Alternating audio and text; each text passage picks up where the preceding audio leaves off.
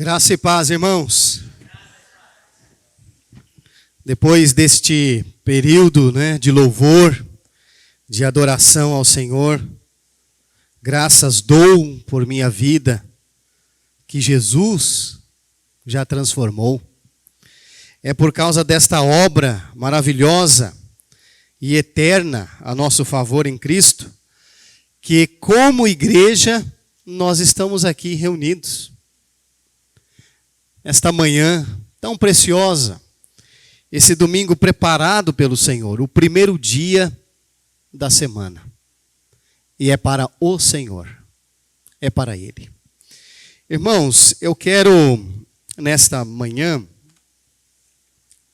iniciar aqui com vocês, nesta escola bíblica,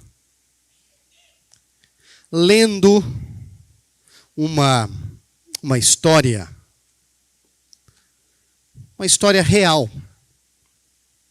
deste livro Histórias que Abrem a Janela Mais Ampla de Deus, do autor Deverne Fronk. E a história tem este título: Ele tomou o meu lugar. O ímpio capitão de um navio encontrava-se de cama em sua cabine, em alto mar, face a face com a morte. O medo da eternidade o aterrorizava. O capitão Coates pediu a seu imediato que viesse à sua cabine e lhe disse: Williams, ajoelhe-se e ore por mim. Tenho sido um homem ímpio e acho que desta vez eu não escapo. Capitão, o senhor sabe que não sou um homem de oração. Não sei orar. Eu até tentaria, se soubesse. Bem, então, traga uma Bíblia e leia um pouco para mim, pois minha vida está por um fio. Não tenho Bíblia, Senhor. O Senhor sabe que eu não sou um homem religioso.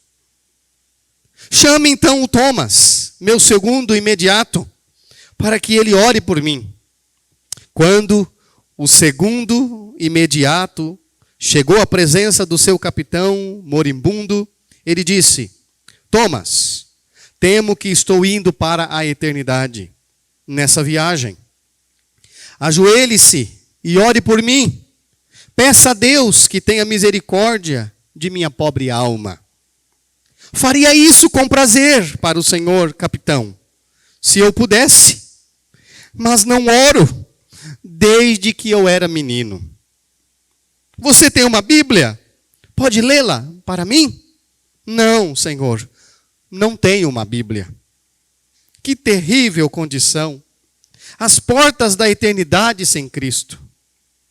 O navio foi revirado em busca de um homem que pudesse orar. Vou repetir as palavras. O navio foi revirado em busca de um homem que pudesse orar. Os homens, porém, procuravam em vão. Nenhuma Bíblia foi encontrada, até que um dos marinheiros disse ter visto um livro que se parecia com uma Bíblia, nas mãos do auxiliar do cozinheiro, um garoto chamado Willie. Chame-o imediatamente, exclamou o capitão Coates, e veja se ele tem uma Bíblia. O marinheiro apressou-se em buscar o menino, perguntando-lhe: Filho, você tem uma Bíblia? Sim, senhor, mas eu só leio no meu horário de folga. Tudo bem, meu jovem, pegue sua Bíblia e vá à cabine do capitão. Ele está doente e quer uma Bíblia. Acha que vai morrer. Lá se foi o William Plate para a cabine do capitão com a sua Bíblia. Você tem uma Bíblia, meu garoto? Sim, capitão. Assente-se, então, e encontre algo nela que possa me ajudar, pois temo que eu vá morrer. Acho Ache algo sobre Deus ter misericórdia de um pecador como eu e leia para mim. Pobre Willie, ele não sabia onde ler. No entanto, lembrou-se de uma vez quando sua mãe o fez ler o capítulo 53 de Isaías, um pouco antes dele partir. William, então, começou a ler o capítulo que, de maneira tão completa, mostra o amor e a misericórdia do Senhor Jesus Cristo em morrer pelos pobres pecadores, como John Coates. Ao ler o 5º versículo, mas ele foi traspassado pelas nossas transgressões e moído pelas nossas iniquidades. O castigo que nos traz a paz estava sobre ele, e pelas suas pisaduras fomos sarados. O capitão o interrompeu. Pare, meu jovem. Acho que é isso. Leia de novo.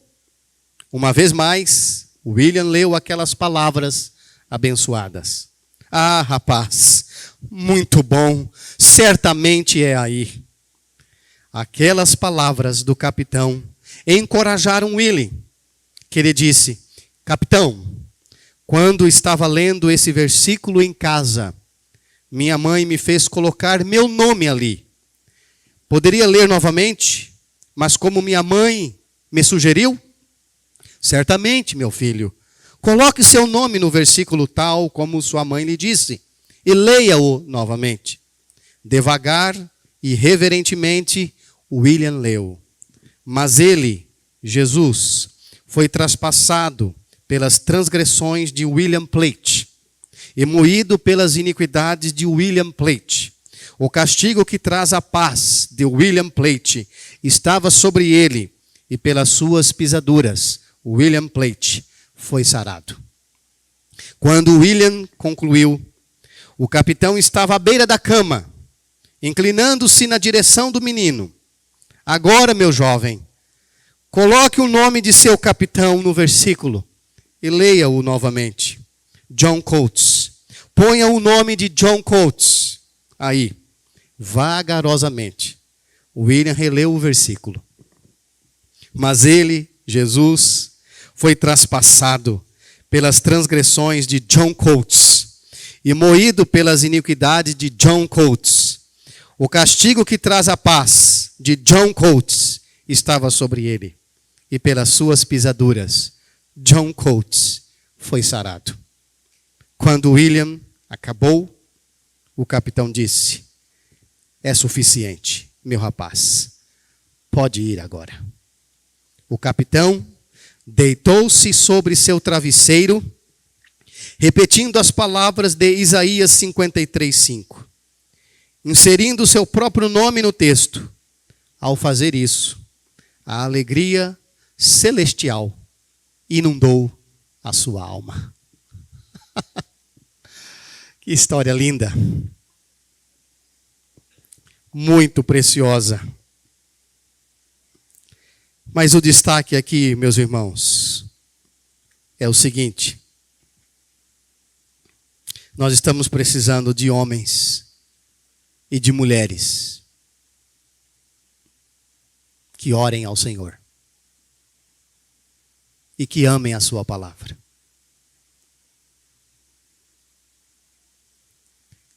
Eles fizeram uma reviravolta em busca de um homem que pudesse orar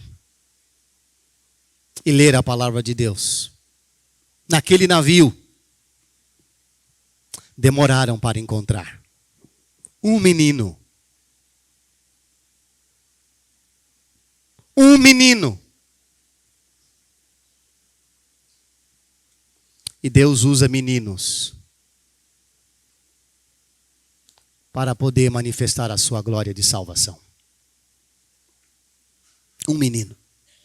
Diante disso, irmãos, eu gostaria que você apanhasse a sua Bíblia e vamos abri-la no Evangelho de Jesus Cristo, segundo Lucas, capítulo 11. Lucas 11.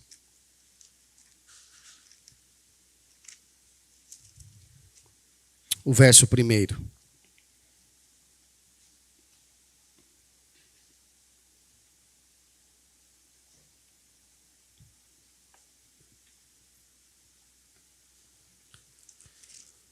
Vamos ler juntos o verso 1. De uma feita, estava Jesus orando em certo lugar. Quando terminou, um dos seus discípulos lhe pediu: Senhor, ensina-nos a orar, como também João ensinou aos seus discípulos. Vamos orar. Nosso Deus e Pai, te damos graças por esta manhã. Te damos graças pelo teu Filho amado, o nosso Senhor e Salvador Jesus Cristo. Abrimos a tua palavra, que o teu Espírito venha abrir o nosso entendimento. Venha iluminar a nossa mente. Venha radiar em nossos corações. Que Jesus Cristo seja manifestado pelo poder da tua palavra na vida de cada um de nós. Pois nós precisamos dele. Nós temos necessidade dele. E ele é essencialmente para onde as nossas vidas devem convergir. Venha revelá-lo, ó Espírito Santo, nos nossos corações. Promova a salvação e edificação para a sua própria glória e louvor. Amém. Irmãos, o navio foi revirado em busca de um homem que pudesse orar. Os homens, porém, procuravam em vão.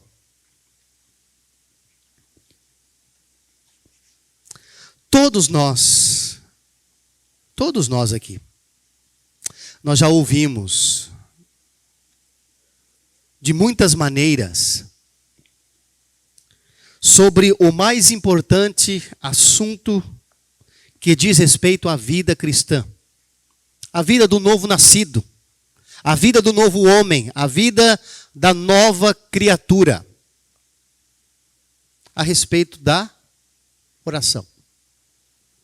Nós já ouvimos através de pregações, nós já ouvimos através de escola bíblica, talvez conferências, talvez através de literatura, livros, folhetos, domingo após domingo, possivelmente todos nós já ouvimos falar da importante ou da relação importante que é a oração para a nossa vida, a vida espiritual. Porém, ouvimos tanto sobre este assunto, mas ainda estamos pendentes.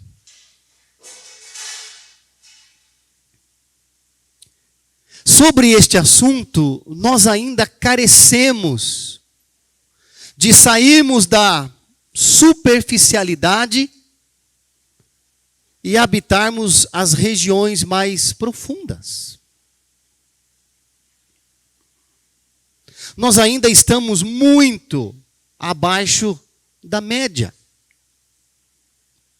Há 15, 20 anos atrás, os alunos estudavam para tirar 50, que era o mínimo para se ter uma nota azul. Mas no que diz respeito à oração, da caminhada, da vida cristã, percebo que nós estamos com nota vermelha. Nós precisamos trilhar as sendas da oração, o caminho da oração. Por quê? Porque é uma fonte de prazer, é uma fonte de relacionamento, é o caminho para obtermos intimidade com o nosso Deus e Pai. E o nosso Senhor e Salvador Jesus Cristo trouxe aqui, de acordo com este versículo, ele causava impacto na vida dos seus discípulos no ministério da oração. Porque eles já tinham visto outros orarem, mas ninguém orar como Jesus. Eles já sabiam a respeito da oração, mas nenhum deles havia visto um homem como Jesus orar com esta profundidade e manifestar esta intimidade com o Pai. Então a vida do nosso Senhor Jesus, nesse ministério da oração, impactou profundamente os seus discípulos. De chegar ao ponto de lhe pedirem: Senhor, ensina-nos a orar. Irmãos, precisamos iniciar com esta oração. A nossa caminhada de oração. Precisamos fazer primeiramente esta oração: Senhor, ensina-me a orar. Vamos todos falar? Senhor, ensina-me a orar. Nós precisamos aprender com Ele, porque Ele é um mestre da oração. Ele foi o mestre da oração e continua sendo o mestre da oração. Ele mostrou para os discípulos e também nos mostra com a sua palavra o caminho seguro para a intimidade com o Pai. Lucas, este evangelista, escritor deste evangelho, dentre os evangelhos, ele é o que mais escreveu a respeito de oração na vida de Jesus. Ele escreveu muitas coisas aqui sobre Jesus neste ministério importante da oração. Ele foi o que mais escreveu. Ele foi o que se atentou para esta ação contínua de Jesus, para mostrar para nós e para que nós possamos aprender com Jesus a respeito de oração. Podemos assim dizer que ele, Lucas, escreveu um volume pesado, substancioso, a respeito de Jesus no movimento da oração, para que nós possamos, de fato e de verdade, aprender com ele. É aprender com Jesus. Por favor, se você observar comigo, Lucas, capítulo 9. Vamos abrir no capítulo 9.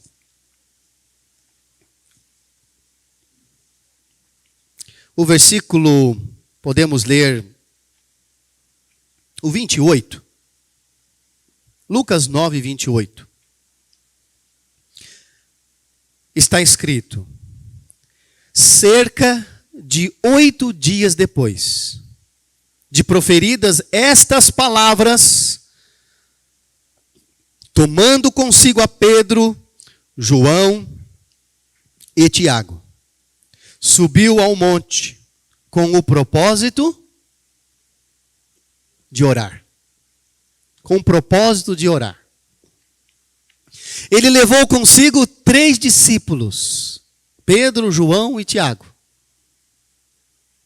Olha que escola perfeita.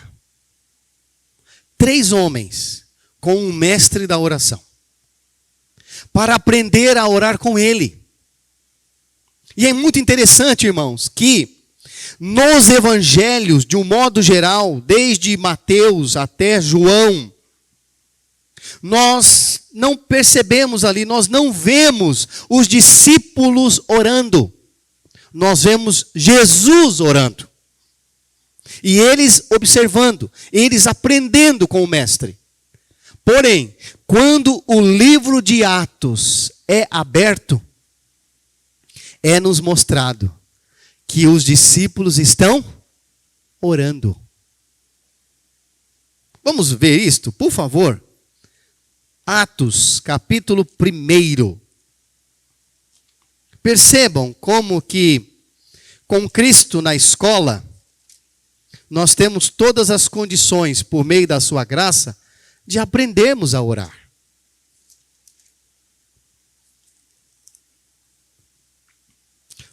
Atos, capítulo 1.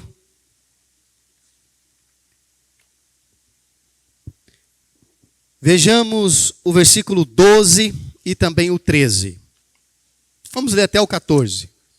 Atos 1, 12 até o 14. Então, voltaram para Jerusalém, do monte chamado Olival, que dista daquela cidade tanto como a jornada de um sábado. Quando ali entraram, subiram para o cenáculo, onde se reuniam Pedro, João, Tiago.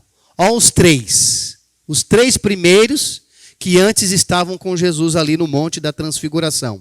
André, Filipe, Tomé, Bartolomeu, Mateus, Tiago, filho de Alfeu, Simão, o Zelote e Judas, filho de Tiago. Todos estes perseveravam unânimes em oração, com as mulheres, com Maria, mãe de Jesus, e com os irmãos dele. Percebam, irmãos, que agora os discípulos estão orando. Estão orando. Por quê? Orar é um aprendizado. Irmãos, a nossa alma, nosso coração nem sempre está disposto a orar. Nem sempre nós estamos dispostos a nos ajoelhar. Nem sempre nós estamos dispostos a olhar para o alto. Mas é um trabalhar da graça de Deus na nossa vida. Por quê? Porque nós andamos no Espírito.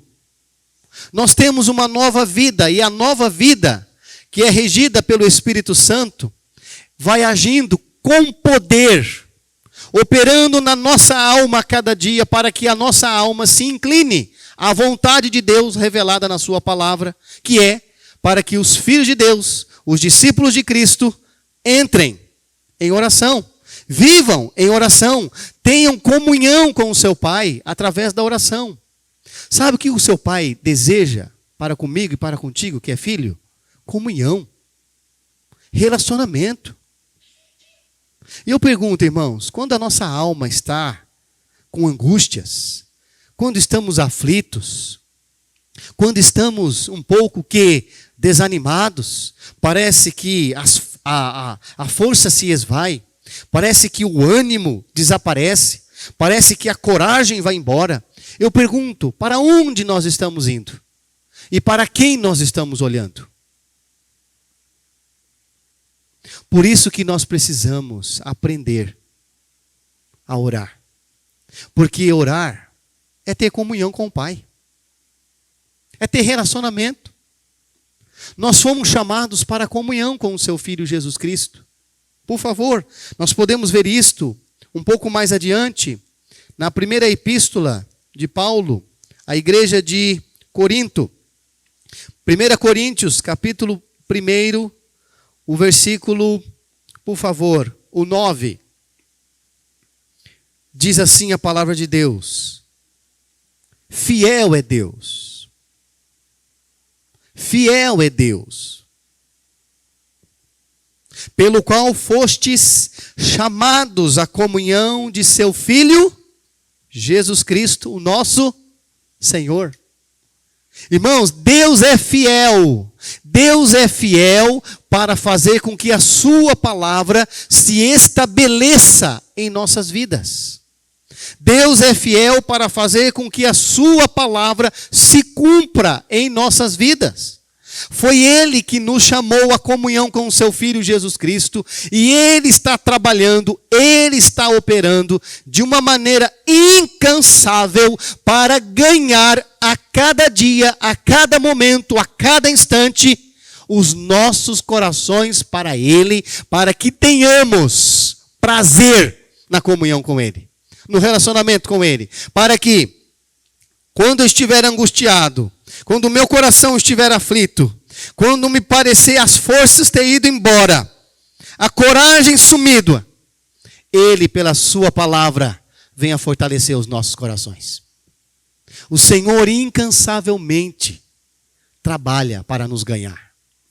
E por que ele faz isto? Porque ele é fiel. Fiel é Deus.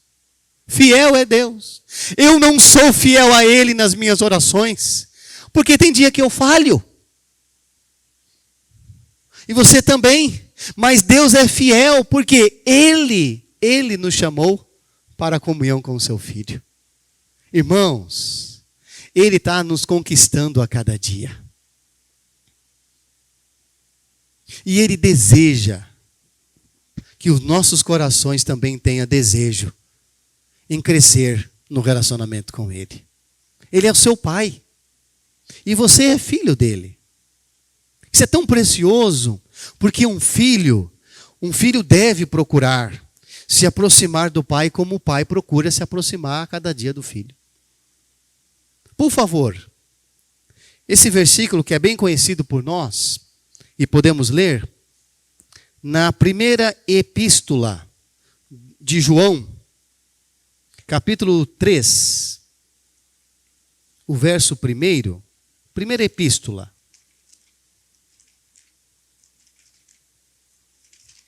3:1. Vamos ler juntos?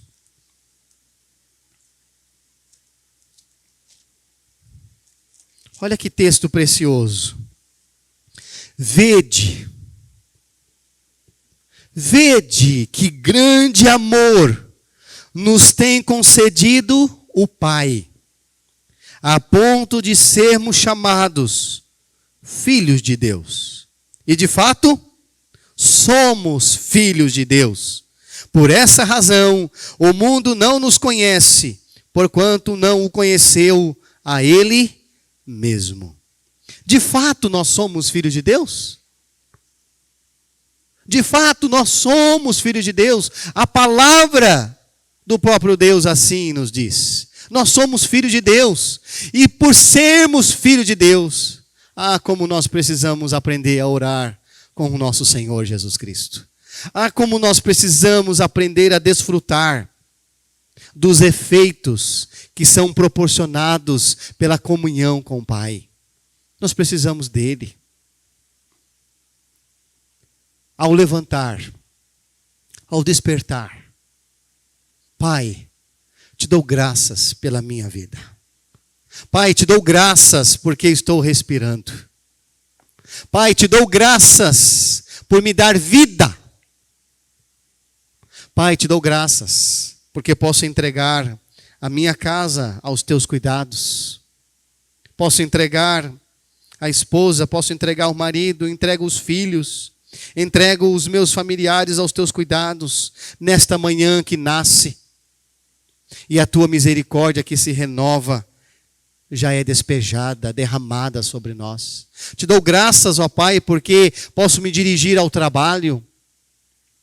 Guia-me, leva-me até o destino, que eu possa chegar lá em segurança, em teu nome guardado, e lá realizar as tarefas, as atividades, pelo teu poder, pela capacidade que vem do Senhor. Que o Senhor venha dirigir cada situação deste dia, deste novo dia.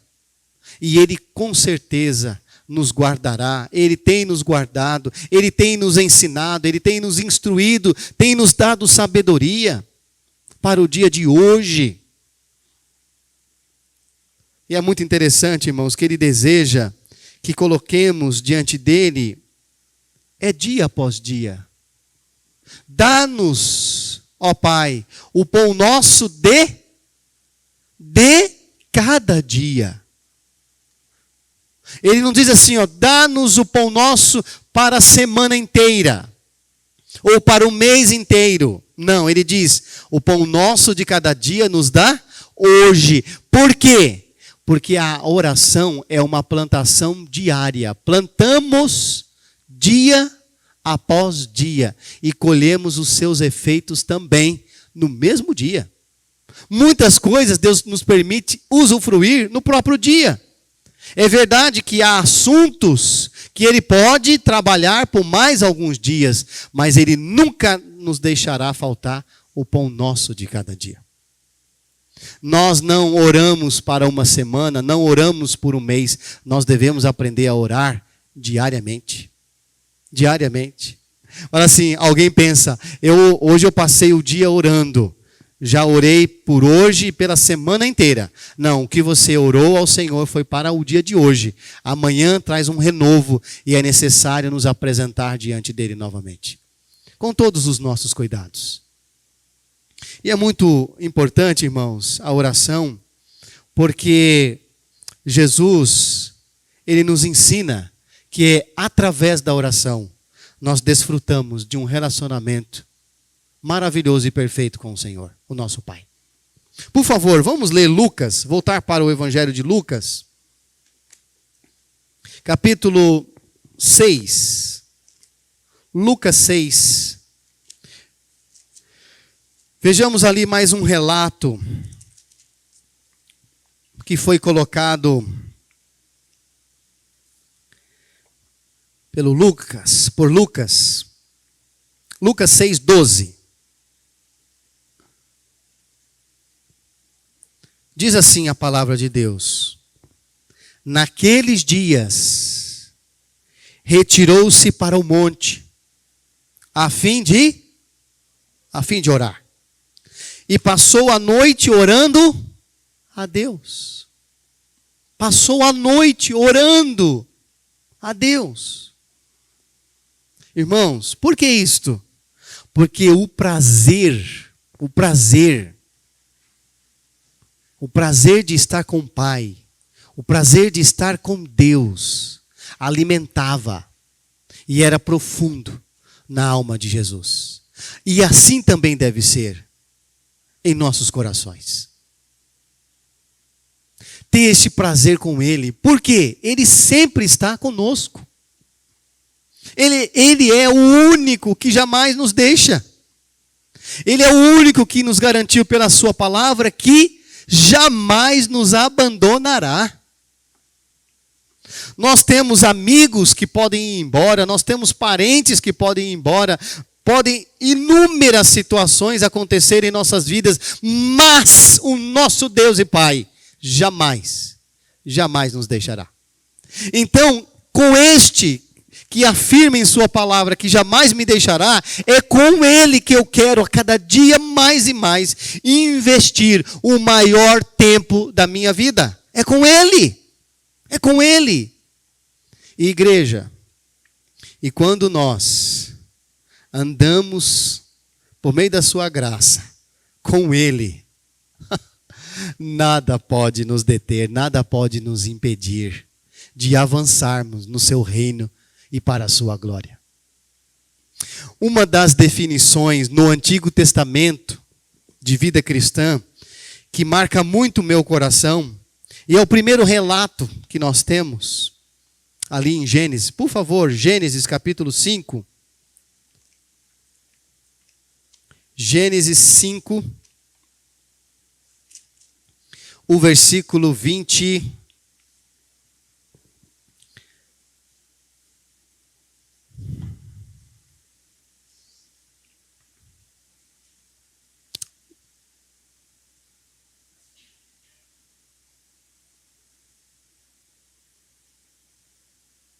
Vamos ler o 22. Gênesis 5, 22 em diante. Andou Enoque com Deus. E depois que gerou a Metusalém, viveu 300 anos e teve filhos e filhas. Todos os dias de Enoque foram 365 anos. E diz assim o versículo 24: andou Enoque com Deus, e já não era, porque Deus o tomou para si. Esta definição aqui no Antigo Testamento de vida cristã traz um grande impacto para nós, e para a minha vida principalmente. Por quê? O que é intimidade com Deus? O que é relacionamento com Deus? É andar com Ele. Andou Enoque com Deus. Que segurança, né, para a nossa vida. Andou Enoque com Deus. Diz aqui o livro que nós lemos, a história que nós lemos, que o capitão Coates, John Coates queria experimentar isto. O ímpio capitão de um navio encontrava-se de cama em sua cabine em alto mar, face a face com a morte. O medo da eternidade o aterrorizava. Por favor, me apresentem este Deus que Enoque andou com ele. Irmãos, quando os nossos olhos aqui se fecharem para a história, e assim eu quero crer que quando os nossos olhos fecharem para a história, eles serão abertos para a eternidade, para andarmos com Deus, continuar a nossa caminhada com Ele. Porque vida cristã, o andar com o Senhor começa aqui e agora. É o nosso relacionamento com Ele aqui e agora. Andar com Deus define. Andar com Cristo, ou seguir a Cristo, nos define como cristão. E termos essa intimidade, esse relacionamento com Ele, é tudo da vida cristã. É tudo. Para o desanimado, a oração é uma fonte de refúgio. Para os que estão cansados, a oração nos conduzirá àquele que nos dá descanso. Para aquele que está oprimido, o nosso coração diante do Pai será revigorado pelo poder da sua palavra. Para aqueles que estão na caminhada crescendo a cada dia, não haverá outra fonte para nós, a não ser a palavra de Deus e esse caminhar em oração com Ele. Que nós possamos continuar assim. Nós queremos ver resultados diferentes, efeitos diferentes, tanto na nossa vida pessoal quanto na vida da igreja. Então nós precisamos trilhar os trilhos da oração. Caminhar por aqui. Porque, irmãos, Deus responde a nossa oração. Deus responde a nossa oração. Ele está com seus ouvidos abertos para o clamor do seu povo, para as orações dos seus filhos. O que você tem pedido a Ele? O que você tem colocado diante dele? Irmãos, um assunto muito importante que jamais podemos deixar de colocar diante do Pai é para que o Senhor traga um avivamento para a sua igreja. Um avivamento para a sua igreja, para o seu povo. Tenhamos alegria a cada dia em desfrutarmos desse relacionamento que nos proporciona tantos efeitos maravilhosos para a sua glória e para a edificação da sua igreja. Nós precisamos orar ao Senhor. Traga um avivamento sobre nós. Aviva-nos, ó Senhor. Mas isto só é possível quando nós trilhamos o caminho da oração. Por favor, nós podemos abrir, me acompanhem, Abacuque 3:1. Oração do profeta Abacuque sob a forma de canto. Tenho ouvido, ó Senhor, as tuas declarações e me sinto alarmado. Aviva a tua obra, ó Senhor, no decorrer dos anos e no decurso dos anos, faze-a conhecida.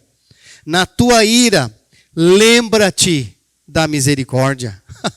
Aviva-nos, ó Senhor, aviva a tua obra.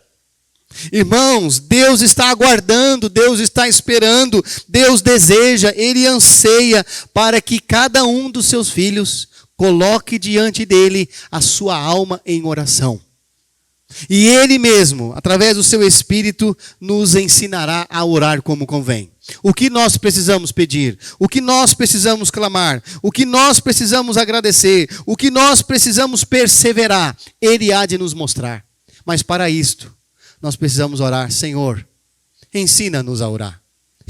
É a primeira oração que nós precisamos. Senhor, ensina-nos a orar. Moisés foi um homem que se inscreveu nessa escola. Moisés se inscreveu. Abraão se inscreveu nessa escola. Davi se inscreveu nessa escola. Paulo se inscreveu nessa escola. John Wesley se inscreveu nessa escola. Martim Lutero se inscreveu nessa escola. Jonathan Edwards se inscreveu nessa escola.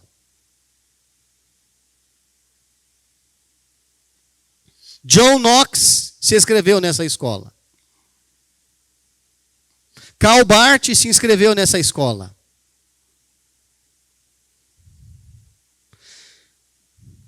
Também fiz a minha inscrição nessa escola. Que você também possa fazer a sua inscrição nessa escola. Até chegarmos na eternidade. Aprendendo a orar. Senhor, ensina-nos a orar. Porque é só diante de Ti que a nossa alma tem descanso. Só no Senhor nós somos fortalecidos. E só pelo Senhor nós podemos esperar que este avivamento tome conta desta igreja, que é a sua igreja. As nossas almas venham estar inflamadas pelo poder do Espírito Santo, para que nele todas as coisas venham se cumprir segundo a sua vontade. Meus irmãos, eu estou nessa escola e que você também possa estar, para que, dependendo do Senhor, possamos prosseguir com toda alegria e com todo o fervor de nossa alma. Irmãos, há muita gente nessa cidade para poder ser alcançada pela pregação do Evangelho, de Cristo crucificado e ressurreto. E nós temos como igreja a arma mais poderosa, que é a oração. Se eu e você começarmos a clamarmos por esta cidade, Deus há de salvar os seus, que ainda estão necessitados de conhecer essa graça. Se coloque diante do Pai, para que Ele venha avivar a sua igreja. Amém?